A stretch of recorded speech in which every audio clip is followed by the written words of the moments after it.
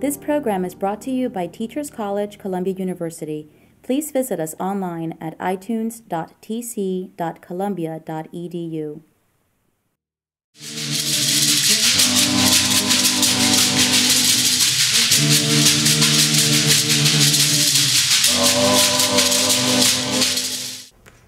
First, I'd like to express my deep, heartfelt gratitude for all that has allowed this conference to occur today.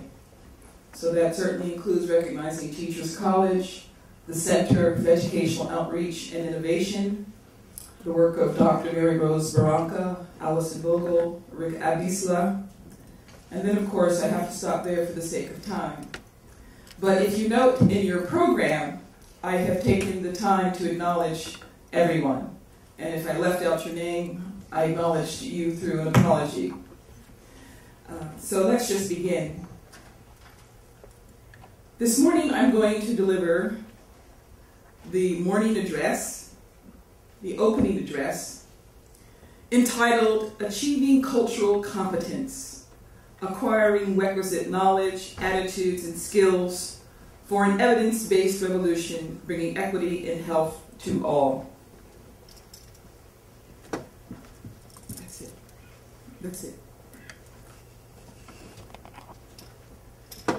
So let's start with talking about what is cultural competence. Nunes and Robertson explained that cultural competence represents the ability of healthcare providers, or those of us here who are health educators, or nurses, or psychologists, or counselors, or pastoral counselors, all of us, acquiring the ability to interact with anyone who's different from ourselves in such a way that we are effective. And so we can see that when we're talking about those differences, they certainly range from everything from race, religion, ethnicity, to language, socioeconomic status, sexual orientation, disabilities, etc. We're talking about knowledge, attitudes, and skills. And of course, the idea is that it's a process to acquire these requisite knowledge, attitude, and skill, cultural competencies. And then we can look at the definition also offered, where we're talking about a set of behaviors. Okay, so imagine that we have to put whatever it is that we know, whatever attitudes happen to be, into action. And so here we can talk about behaviors, but we can also talk about policies. And in addition, we can recognize that cultural competence can also be something that in the ideal situation characterizes our organizations and also our health professions, the organizations to which we belong. The goal is that we are able to work effectively in cross-cultural situations where there's a different cultural background between you as the provider, the researcher, the teacher, and those with whom you are interacting.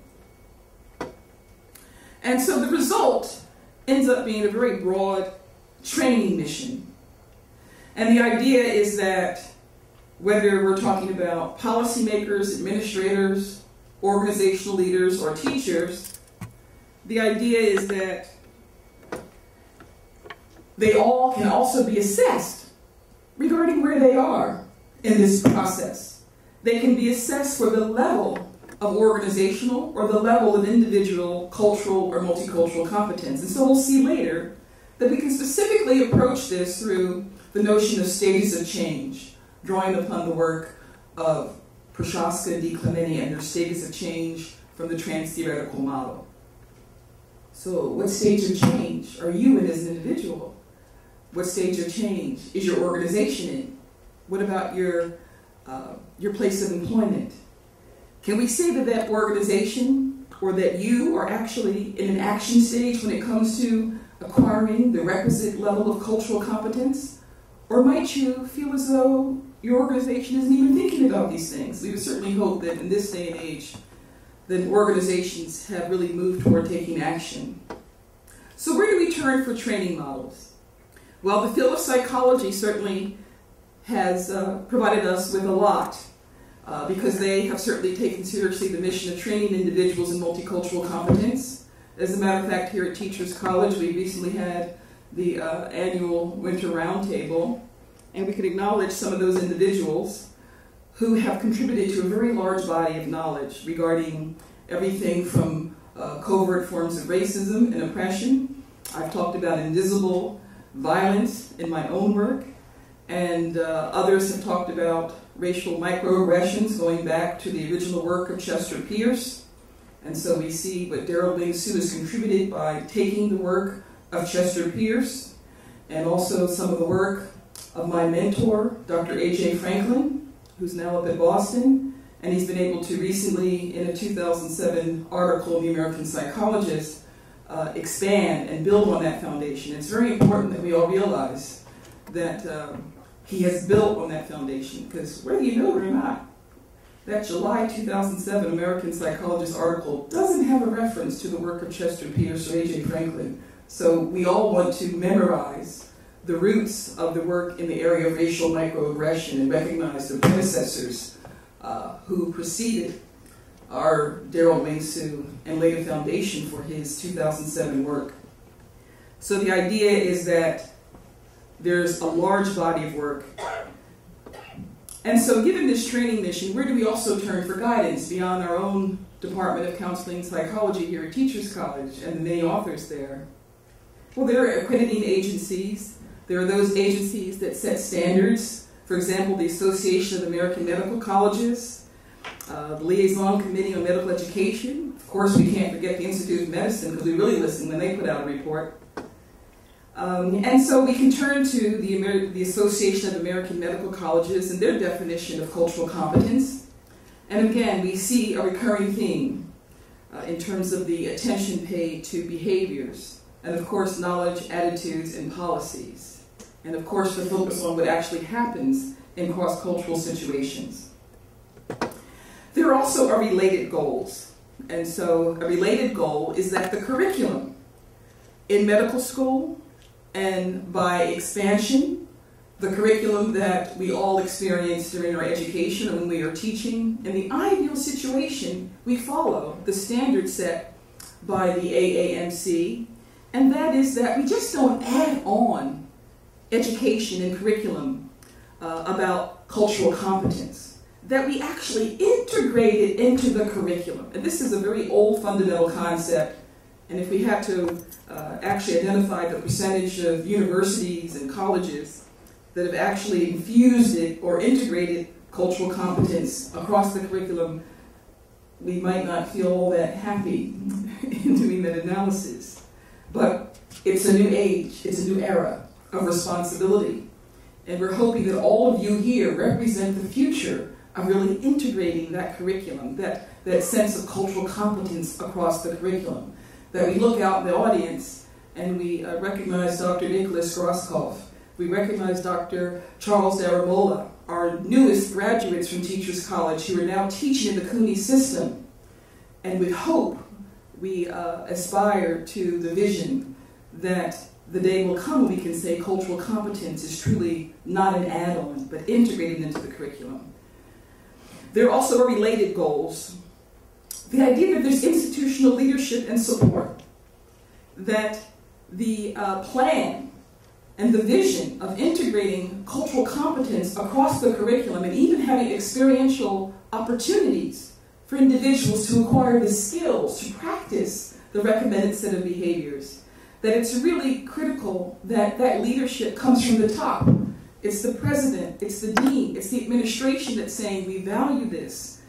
We need our faculty and our students to basically move in that direction of making sure that the curriculum is revised in such a way that training in cultural competence is at the center. And we can turn to the work of Betancourt and his associates, and we're just so excited because at 11:20, we're going to actually hear Dr. Joseph Betancourt tell us his latest vision regarding racial and ethnic disparities and cross-cultural care.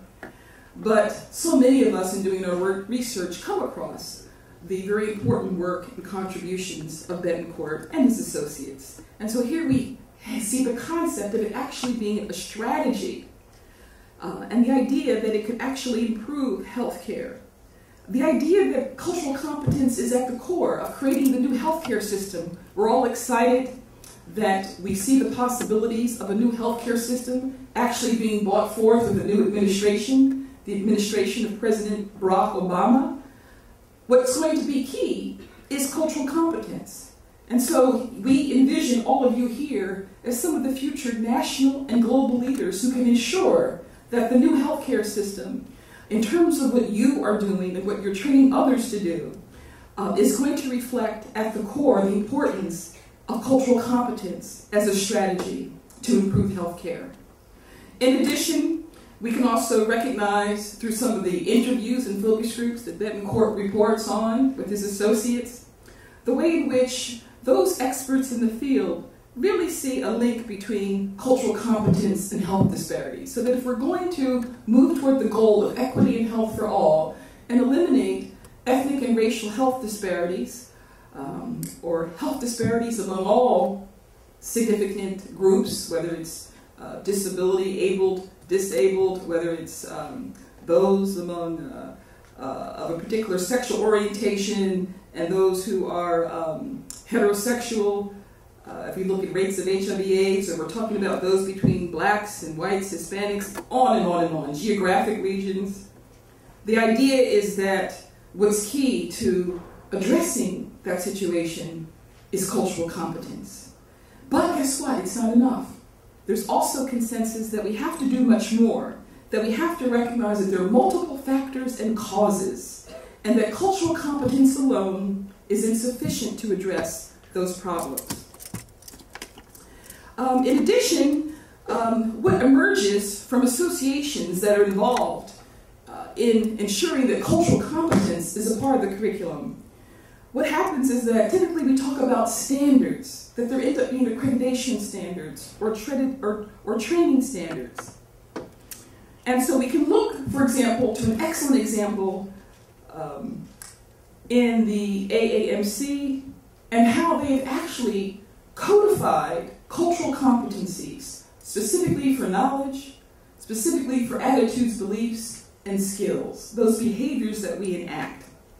And they have basically created a tool called the TACT, the TACCT, and they have given it as a guide for medical schools that are training our medical doctors. And the idea is that medical schools would take these guidelines and see how they could integrate into their curriculum those activities that will ensure that people are trained, that the medical doctors in training receive what they need in line with these competencies.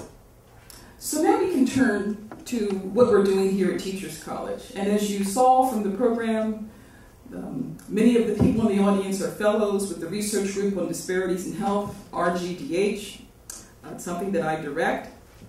You see the symbol of the research group on the program, and you can see the way in which we're talking about, at the core of our mission, shifting from inequity in health to equity in health.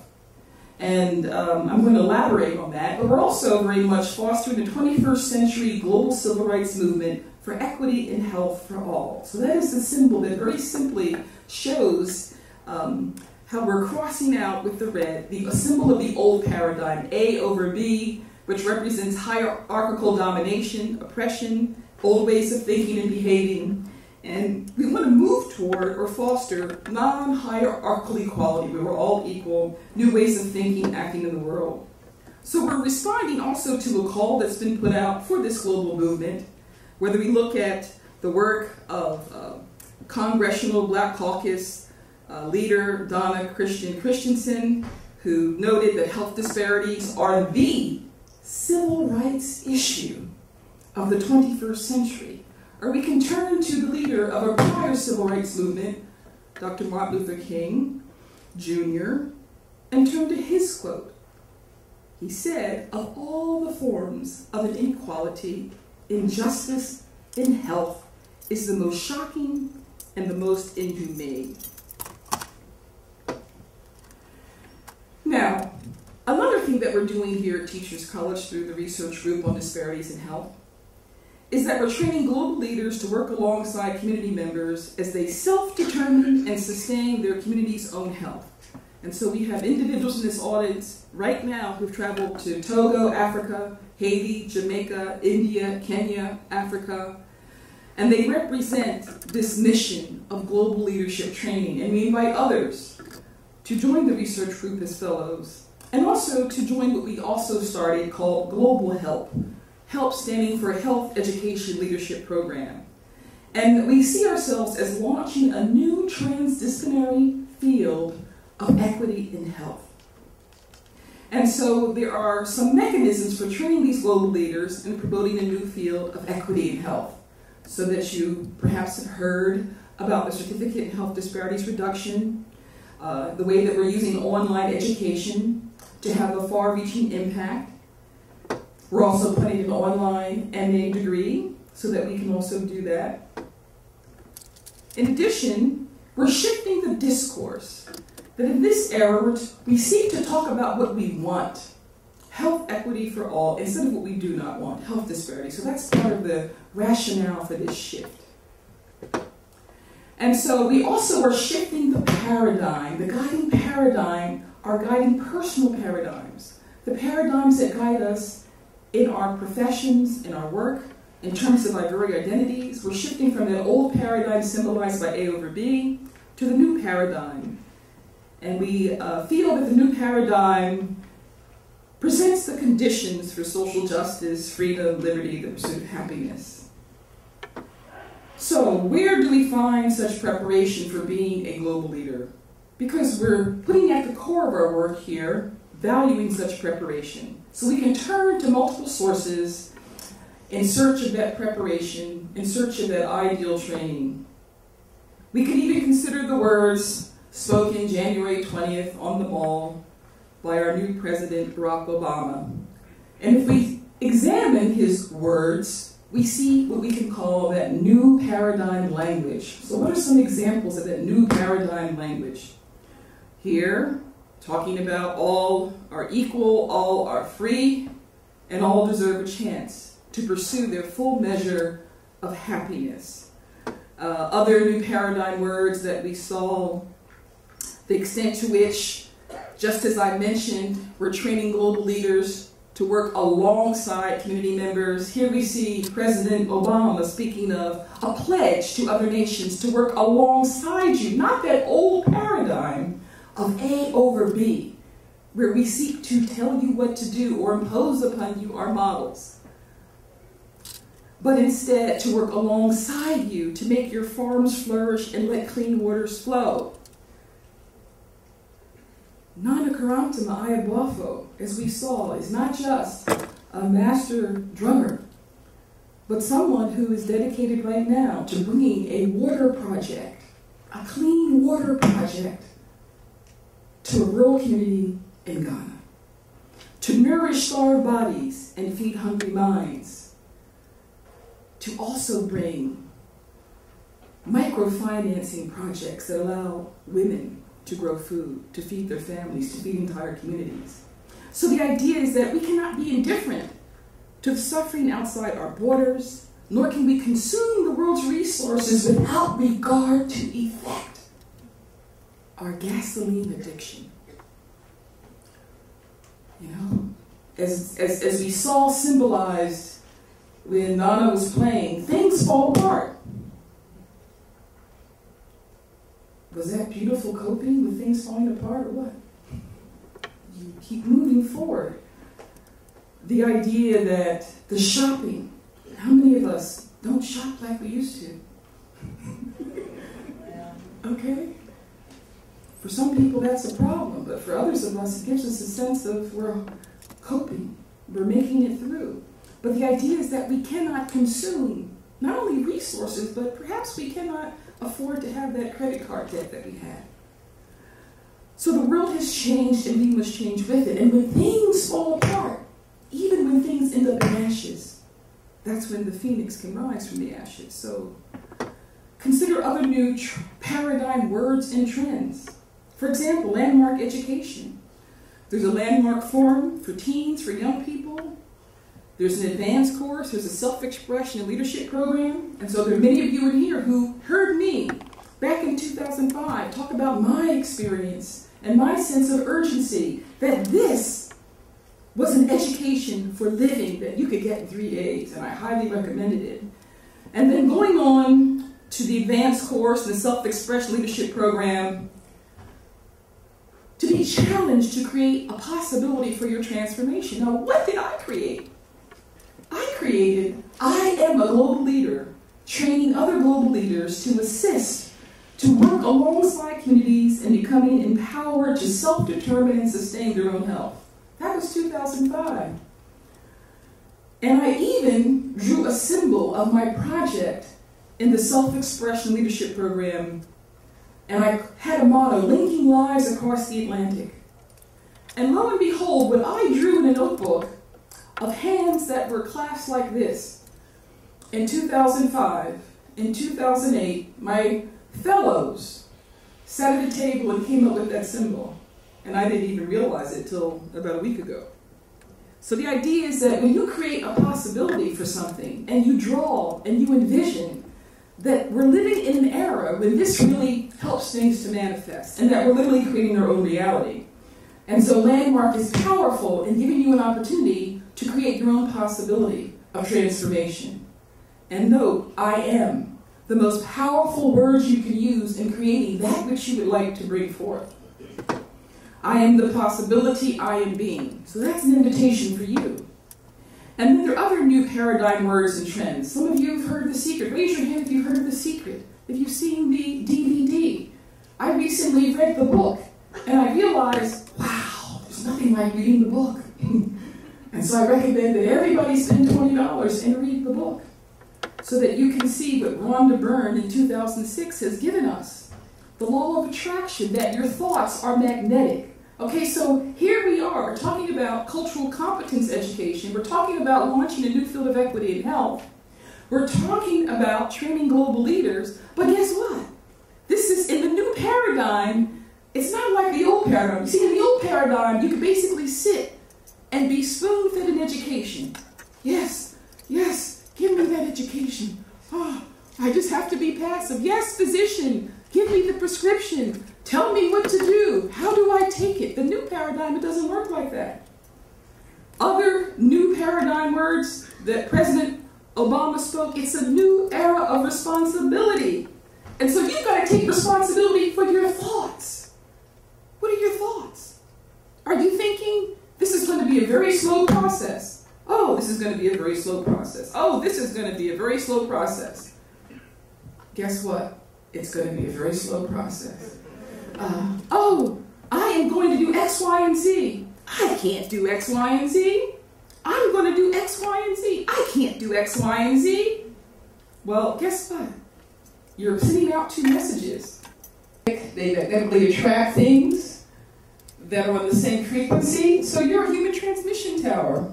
You transmit whatever that word is, and it creates the world. And so how do we take responsibility for our own thoughts? Please do not be shy at this moment. Okay, I told you we need the, different angle. So what are my thoughts? These are questions I invite you to ask yourself. Come back. It went back by itself, please. These are the things I ask you to ask yourself. What are your thoughts? What are you transmitting? Okay, what are you attracting into your life? And what might you be visualizing and acting as if? To act as if you already have something. And then there's also other new paradigm words and trends. We can turn to A New Earth. This was Oprah's book club selection, and we could almost say its obsession for all of 2008 in actually offering free online curriculum that you could access. And so the idea is that, imagine the words of Eckhart Tolle. Your entire life journey ultimately consists of the steps you are taking at this moment. There's only this step, and so give it your fullest attention. To learn to breathe, and to be fully present in the here and now. Not fearful, I'm going to lose a job. Not thinking, oh, I'm listening all about this cultural competence stuff, but what about when I go to class Monday? What about when that professor does X, Y, and Z? What about how I'm going to feel when... No. To be fully present in the here and now. And the concept that inner alignment with the present moment opens your consciousness and brings into alignment with the whole, of which this present moment is an integral part. Imagine that we have to take responsibility for what Toll calls ego impairments, dysfunction.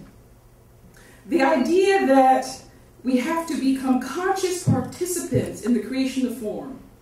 It is not we who create, but universal intelligence that creates us. We're learning that the act of creation may involve the highest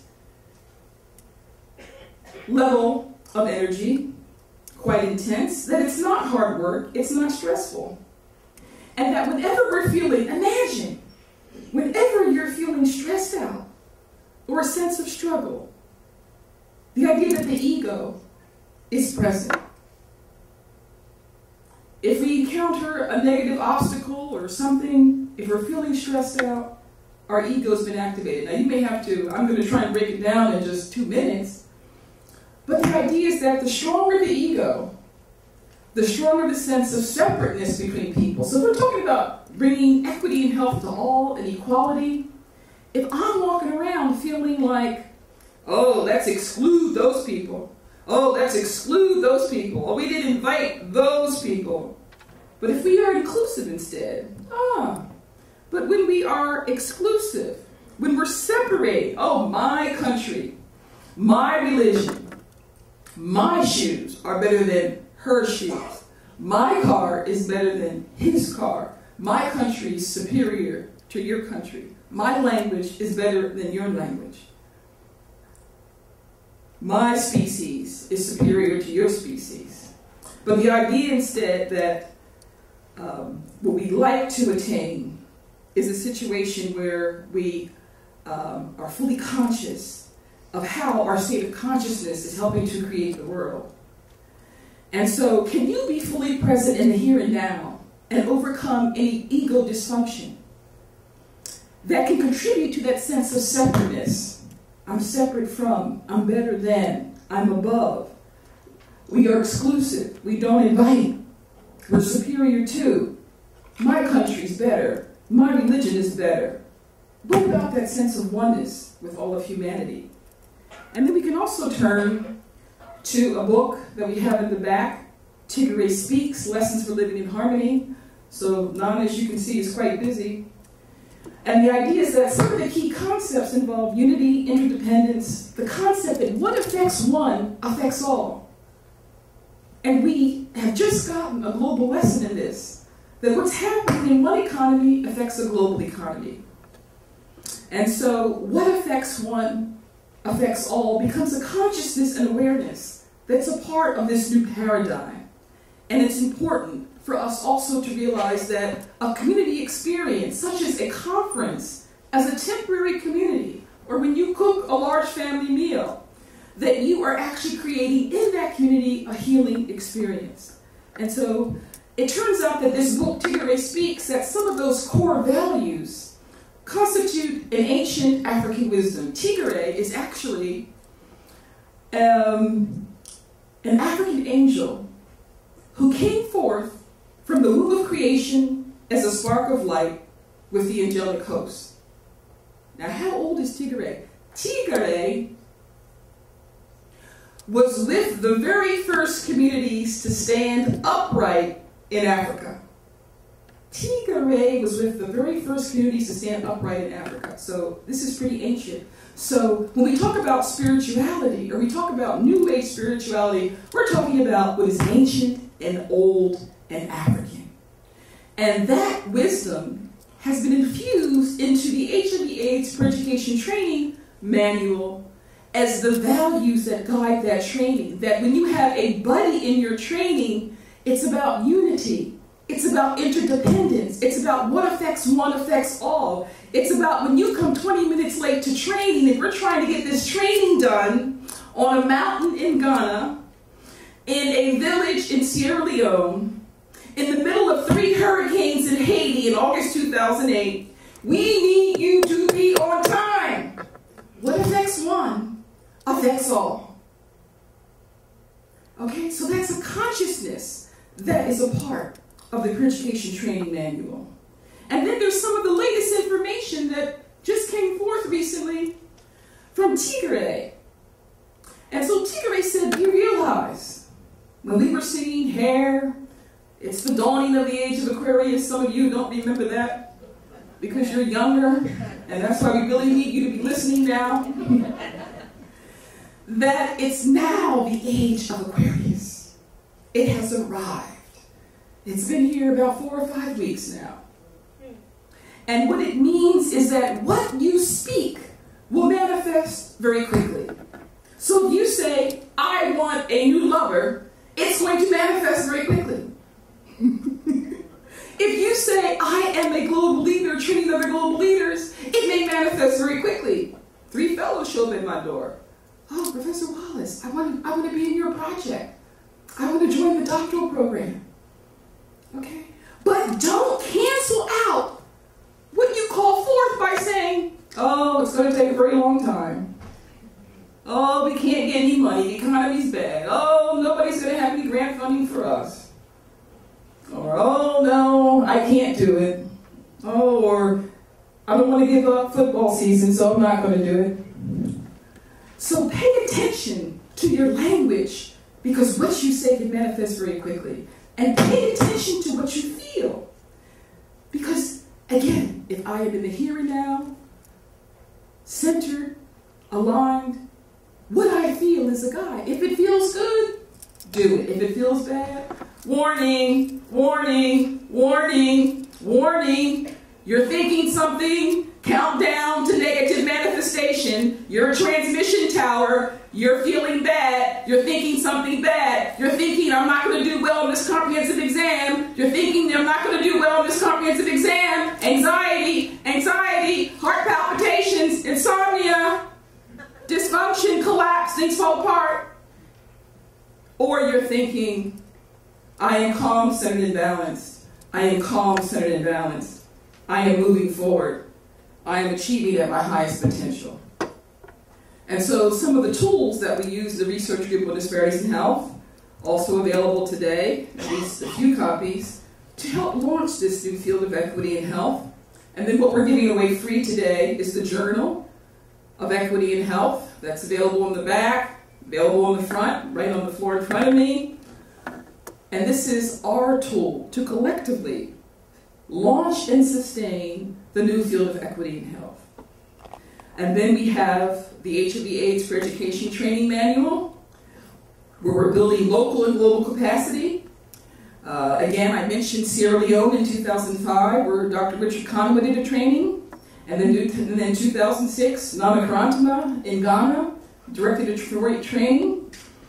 And now we're disseminating this tool free through Global Help. And then we have our fellows who are adapting it so that it's culturally appropriate. And you're going to hear about those presentations. Ashley Gleitman, who went to Togo, is going to be a featured speaker on Saturday. And then for the remainder of that 90-minute experience, you'll hear from people who went to India, Kenya, and Jamaica. And I'll present what Shameen Castor did in Haiti. And so what kind of research we engaged in beyond evaluating this HIV/AIDS for Education curriculum, which Ashley's going to present more data, as did Dr. Richard Conway, regarding how this is emerging as an evidence-based approach in terms of increasing knowledge at significant levels. But we're adapting it. And so what else are we doing as an evidence-based approach? And how is it consistent with current trends in moving individuals and organizations toward achieving cultural competence? Well, we have EDD dissertations here. And so we have the work of Maria Marzan. Many of you know her, love her. And so her dissertation was Incoming Medical Students' Perceptions of Knowledge, Attitudes, and Skills Regarding Cross-Cultural Medical Education. And together we developed the Pre-Medical Education Student Survey on Cross-Cultural Training Issues. If you recall, I talked about the AAMC and their cultural competencies. And so we basically took that tool and turned those competencies into items on a survey so that medical students could rate how important do they think it is that they get this in their medical education, and this was the August before they started medical school, and how would they rate themselves when they're coming into medical school training in terms of these competencies. And in addition, we now have Shana Lassiter, who in research seminar, I said, you know, you're at the dental school. Why don't we basically do this dissertation, but in terms of the dental school curriculum? And so she's looking at cultural competency training in dental education and implications for the elimination of oral health disparities, results from a quantitative and qualitative investigation. And she's presenting. She initially was going to be a poster session, but if you know, Dr. Glenda Clare had a family emergency involving an illness with a child, and I told Shana, you have that presentation on a flash drive, and so she's ready to go as a replacement, as is Sharon Rumley in the back there, who's going to talk about her work and her program. And so Maria Marzan, it ended up being a 67-item student survey, and you can see the areas that were perfectly aligned with the A and C cultural competencies. 5-point Likert type subscales were created. So there's a Form A for the self-rating, a Form B for how they rated what they wanted in their medical education, how important it was to them. And it was administered here in New York City to medical students in August before they started their education. And just sample items, you know, about identifying physician bias, stereotyping, things of that sort. And so what was looked at also was social desirability. Now, if you think about medical students or graduate students or just students, period, have you heard of that concept of brown nosing? Yeah. Okay, so when you're filling out a survey, you know, medical students might be kind of good at saying what you want to hear. And so it's really important to always give the measure that we created with a social desirability scale so we can see, well, how high are you on that desire to say what other people want to hear? Or to give a socially desirable response. And also we wanted to know, well, what about people? Because, you know, increasingly, a lot of undergraduates are getting cultural competency training or hours of education. And so we wanted to also look at to what extent do classroom hours impact that self-rating of how culturally competent are you starting medical school? And also might it impact how you rate what's important when you go to school. And so we looked at predictors and relationships. Turned out that the scale is a really nice scale. It's got good internal consistency, both for the form that deals with self-rating and the form that deals with the importance in your education, what you value. And this particular tool is now really emerging as an excellent tool for use. It can be used in baseline assessment, and it also could be used to say, well, now that this medical student has been exposed to 3 or 4 years of medical education, do we see any change in their rating of cultural competence? So what we found was that the higher the social desirability scores, the higher they rated themselves. Okay, so interesting. And then we also found some other relationship. There was nothing there for how they rated their school or what they wanted in their education. And there were other relationships that were found between having more classroom hours in cultural competence or diversity training, more prior education in the area. The more you had prior to medical school, the higher your self-ratings in terms of your cultural competence in the areas of knowledge, skills, and attitudes, beliefs.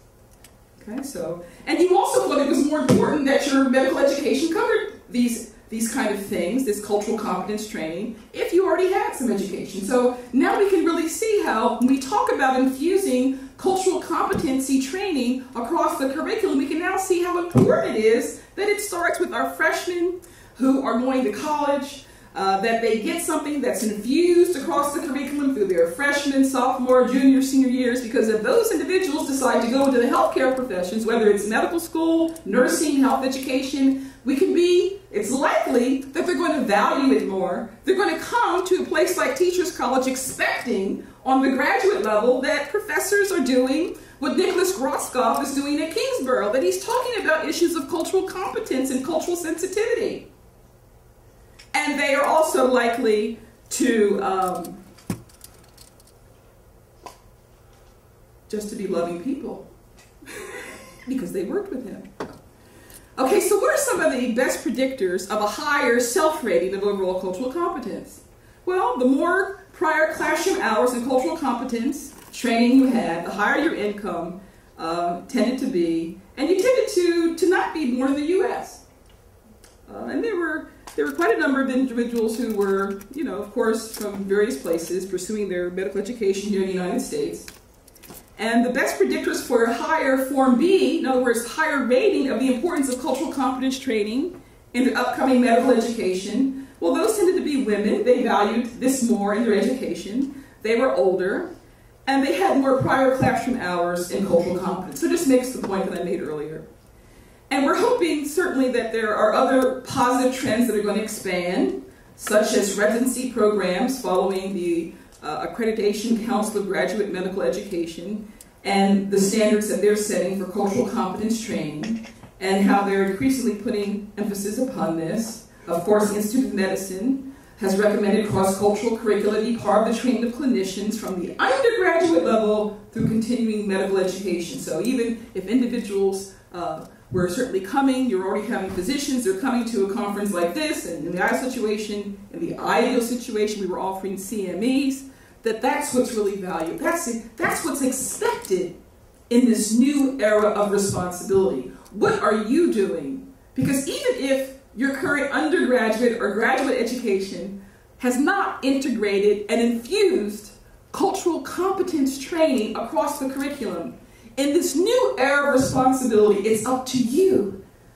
to ensure that you're doing the reading, that you're doing the research, to make sure that you are acquiring, to come to conferences where there also are workshop components, so you can acquire not only the knowledge, but also acquire the skills and have experiential opportunities to really acquire behaviors that are consistent with cultural competence. So as you can see, this is really moving into the mainstream of healthcare, and we're very excited about that. Now we can also talk a little bit about some of the implications for research. And one of the things that I emphasize in teaching is how we not only have to look at the prevalence, because a lot of research is, what is the prevalence of a disease, entity, or problem behavior? How often does it occur? What is the rate at which it occurs? How often do people experience? What's the current rate of HIV, of diabetes, et cetera, et cetera? And as it turns out, we can also look at the prevalence of maladaptive and adaptive coping responses. And that we can focus in particular upon adaptive strengths in response to stress. Okay, so the idea is that we may find that there are examples of adaptive coping and individuals with strength and resilience. For example, where are the communities? Where are the families? Where are the churches and the mosques and the synagogues that have come up with strategies for those members in their congregations or communities or families who are facing home mortgage foreclosures? Okay, so this is an idea that Mercedes had in class a couple of weeks ago. We were talking about implications of some of these things, and Mercedes said, well, yeah, that's a good idea. We could have churches coming up with strategies to assist families going through foreclosure, for example. In other words, the reality is that there are innovative, creative things that are going on across the nation, given the economic stress. And so the idea is, what are some of the adaptive coping responses, and how might we identify them, and then how might we encourage others to replicate those models of taking responsibility in this new era of responsibility and self-determining not only their own health, but their economic health, in addition to their spiritual health, for example. So it's about focusing on strengths and resilience and what works.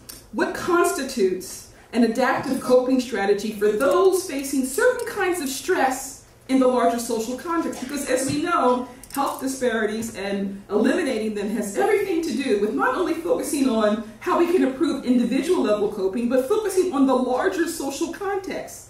It's all about understanding the social determinants, the social environmental determinants of disparities. And so we can also now turn and say, what constitutes an adaptive response to diversity or difference on our parts? Okay, and what's a maladaptive response when we're working cross-culturally? Well, let's just quickly role model some maladaptive responses. Oh, I hate these clients. They stink, they're dirty. Can we please hurry up and go out to lunch? Oh, I hate this job. Okay? Oh, those people. Oh, they're thieves, they're criminals, those people. So the idea is that we also want to avoid research where we're just comparing. As a researcher, it can be maladaptive to just on and on. My research is comparing blacks and whites long ago. It was recommended that it's not about relative status of one group to another. It's not enough to compare groups, but really to understand how they cope and thrive in a social and political context. That to identify those coping strategies is critical. And then we have to understand that achieving cultural competence is a process, a journey. What do we need? And so there's a rationale for this equity and health vision. There's a rationale for a cultural competence approach. There's a rationale for an evidence-based approach. And so we might recall, for example, the video that was released last year, Unnatural Causes, the idea that inequality is actually making us sick. Of course, I like to say cancel, okay? Well, no, because we're talking about how global leaders can work alongside community members and empower them to self-determine their own health. So we want to focus on that, but this is a reality. But the idea is that what arises from that is how social justice, the right to health, those things become a part of our discourse, partly because of that video last year, and a call for a new global civil rights movement for equity and health and all, and recognizing that it's driven by forces.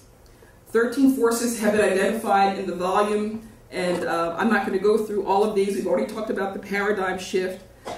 We've certainly talked about the drive for cultural competence and cultural appropriateness.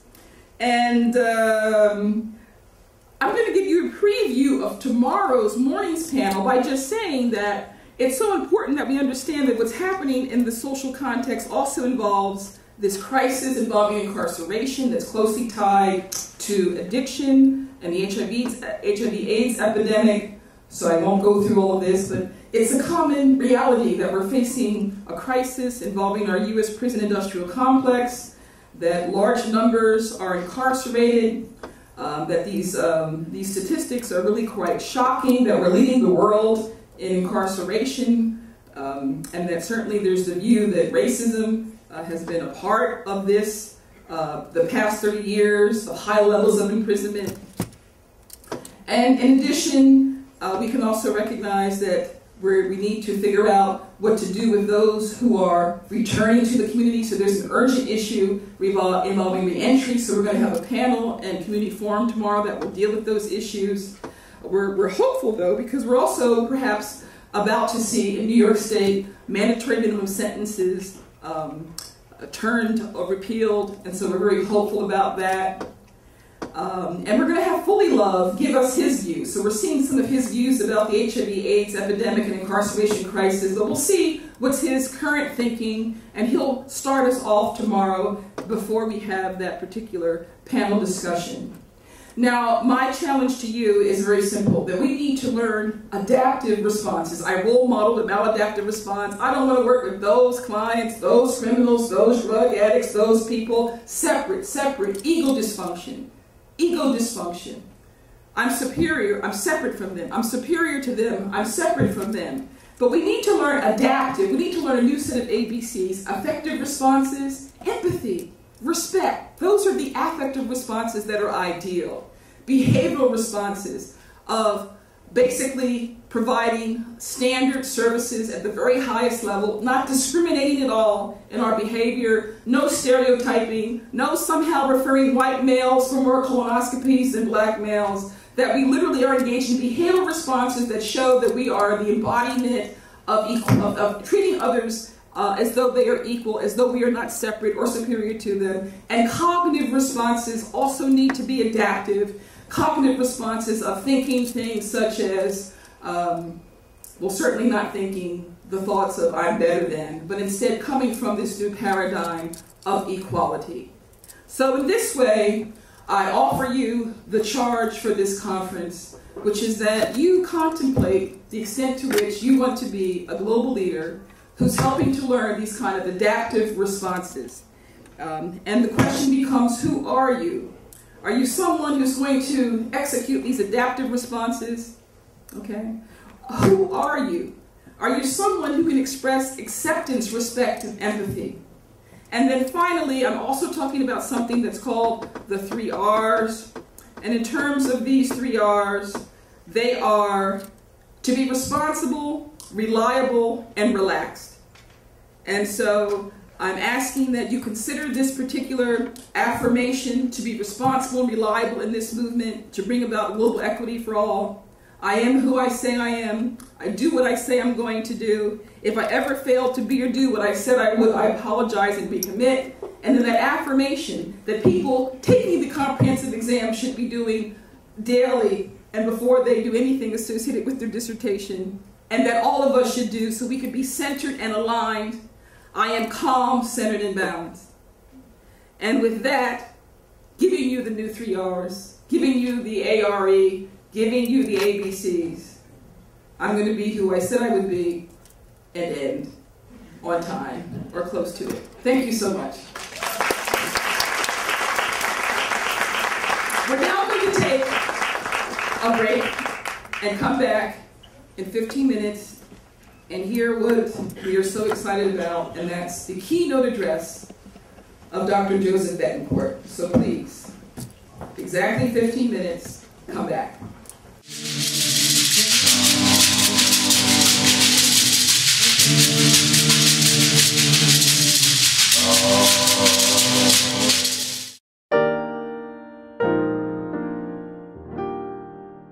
The preceding program was brought to you by Teachers College, Columbia University. Please visit us online at itunes.tc.columbia.edu.